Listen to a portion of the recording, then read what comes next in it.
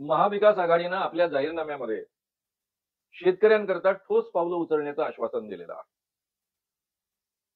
खरं म्हणजे इंडिया आघाडीने एक अत्यंत महत्वाचं जे आश्वासन दिलेलं होतं, की आम्ही शेतकऱ्यांना स्वामीनाथन आयोगानुसार हमी भाव एमएसपी देऊ आणि त्याचा कायदा बनवू. आता ही गोष्ट केंद्रच करू शकते, तरी राज्य काय करू शकतं आणि राज्य काय आश्वासन देऊ शकतं आणि त्यांनी दिलेलं आहे ते आपण पाहूया. सगळ्यात पहिले 3 लाखांपर्यंतचं शेतकऱ्यांचं कर्ज माफ करणार असं आश्वासन महाविकास आघाडीनं दिलेलं आहे.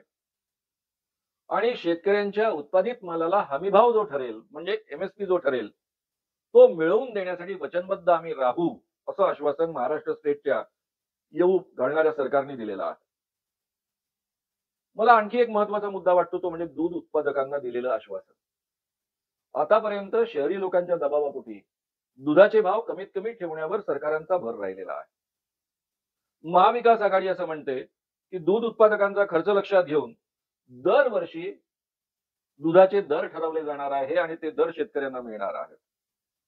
कांदा आणि टोमॅटो या दोन्ही पिकांबाबत विशेषत्वानं कांदा महाराष्ट्रामध्ये सगळ्यात जास्त पिकवला जातो आणि कांद्याचे गडगडणारे भाव हा नेहमीच महाराष्ट्रामध्ये चिंतेचा विषय राहिलेला आहे. या ठिकाणी महाविकास आघाडीचं येऊ घालणारं सरकार कांद्याला आणि टोमॅटोला संरक्षण देणार असं आश्वासन ते देत आहेत. म्हणजे भाव गडगडले तर सरकार त्याची जबाबदारी घेणार आहे असा त्याचा अर्थ होतो. त्याला त्यांनी राज्यात गुलाबी आणि शेंद्री क्रांती असं म्हटलेलं आहे. शेतकऱ्यांसाठी हे आश्वासन अत्यंत महत्वाचं आहे.